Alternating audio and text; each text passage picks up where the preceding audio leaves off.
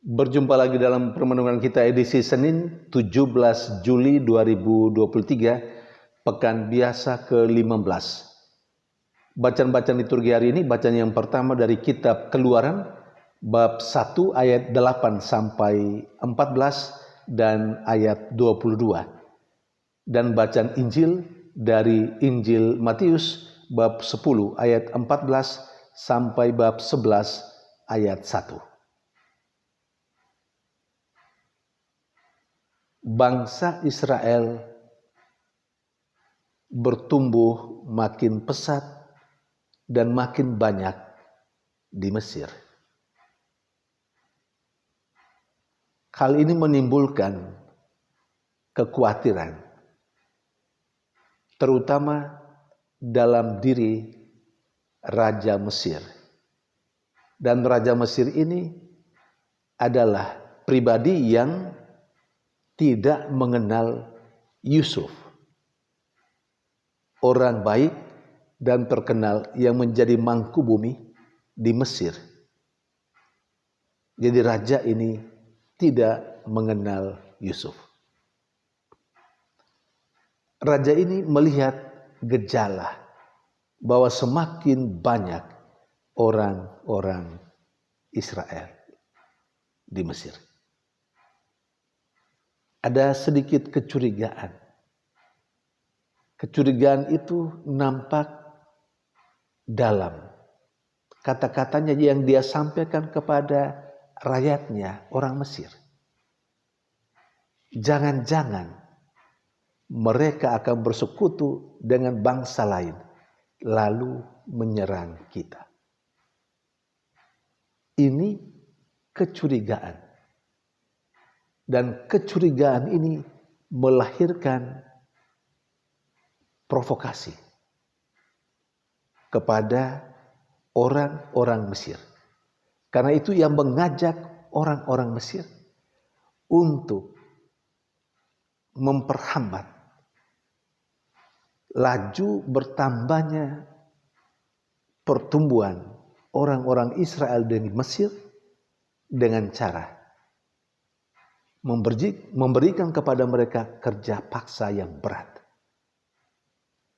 Bahkan bacaan pertama juga mencatat, semakin orang-orang Israel dipersulit, diperlakukan secara kasar, diberikan pekerjaan-pekerjaan yang berat,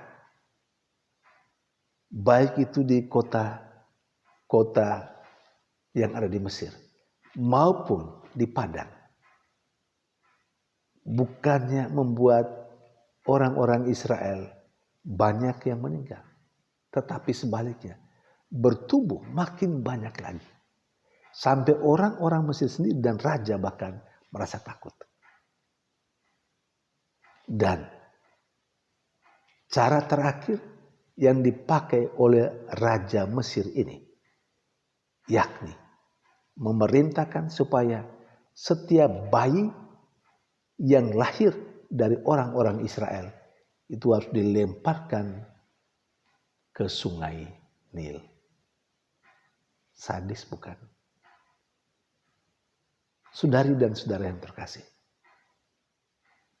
beberapa poin yang perlu kita garis bawahi sebagai pesan untuk kita dari bacaan yang pertama hari ini. Yang pertama, raja, seorang yang memiliki pengaruh yang luar biasa, seorang pimpinan, seharusnya memberikan pencerahan, seharusnya memberikan peneguhan. Tetapi apa yang raja ini lakukan? Muncul kecurigaan. Ada sikap curiga. Dan sikap curiga ini melahirkan tindakan yang diskriminatif, bahkan sadis. Seharusnya sebagai pimpinan, dia mengayomi semua. Karena dia sebagai raja. Semua orang yang ada di Mesir adalah rakyatnya. Yang harus dia lindungi, yang harus dia jaga, yang harus dia pelihara. Tetapi tidak dengan raja ini. Dia menjadi provokator yang memprovokasi rakyat Mesir untuk membenci dan memperlakukan orang-orang Israel secara kasar, bahkan membunuh. Saudari dan saudara yang terkasih, sikap curiga yang kemudian melahirkan sikap yang baru, permusuhan, kebencian, mungkin juga ada pada kita. Kita terkadang tidak bisa menerima kehadiran orang lain dengan segala kelebihannya. Kita mulai curiga, berpikir negatif tentang orang. Dan lebih parah,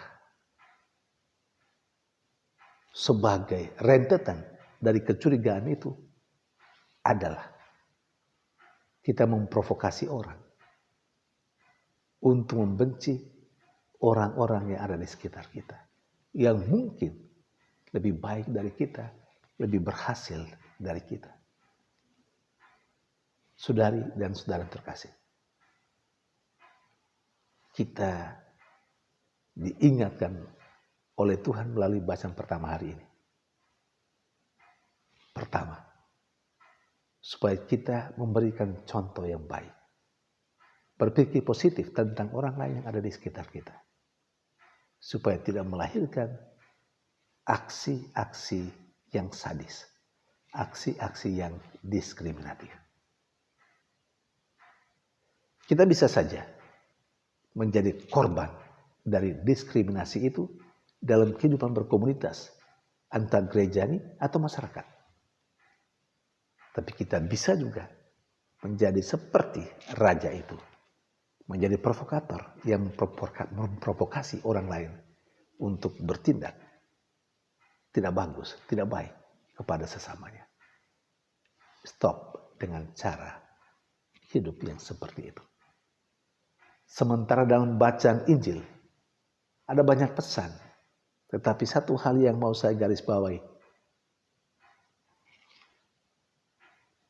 Yesus dalam bacaan Injil hari ini mengajak kita untuk bertindak bijaksana.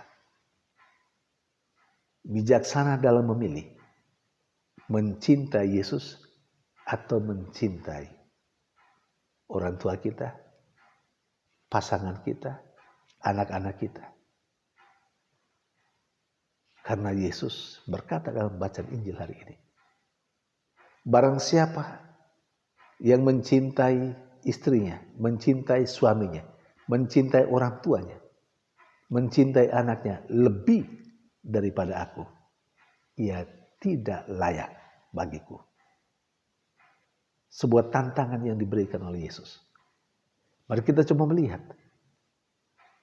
Ketika dalam situasi tertentu, kita harus memilih.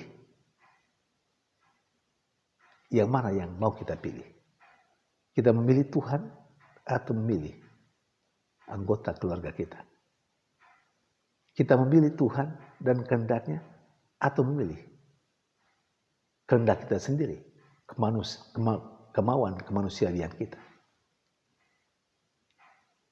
Semoga kita menjadi manusia yang bijaksana.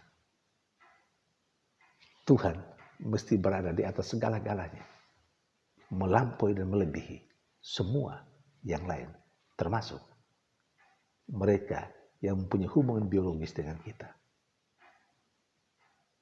Memang di sisi lain Tuhan juga bersabda, mencintai aku lebih dari segala-galanya, bukan?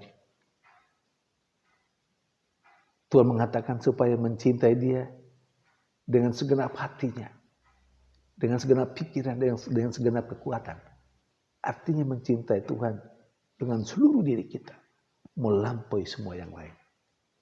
Tapi di sisi lain dia juga meminta supaya kita mencintai sesama. Dan sesama kita yang paling dekat adalah Mungkin keluarga kita. Tapi apakah ini adalah dua hal yang kontradiktif? Yang saling bertentangan? Sama sekali tidak. Karena pada saat-saat tertentu, kita harus memilih. Mana yang perlu kita prioritaskan? Keluarga kita, pekerjaan kita, kemauan kita, atau Tuhan? Semoga kita menjadi manusia yang bijaksana. Bijaksana dalam memilih pada saat-saat tertentu. Allah atau manusia. Tuhan atau kehendak kita sendiri. Atau pekerjaan kita. Semoga kita diberi roh Tuhan sendiri.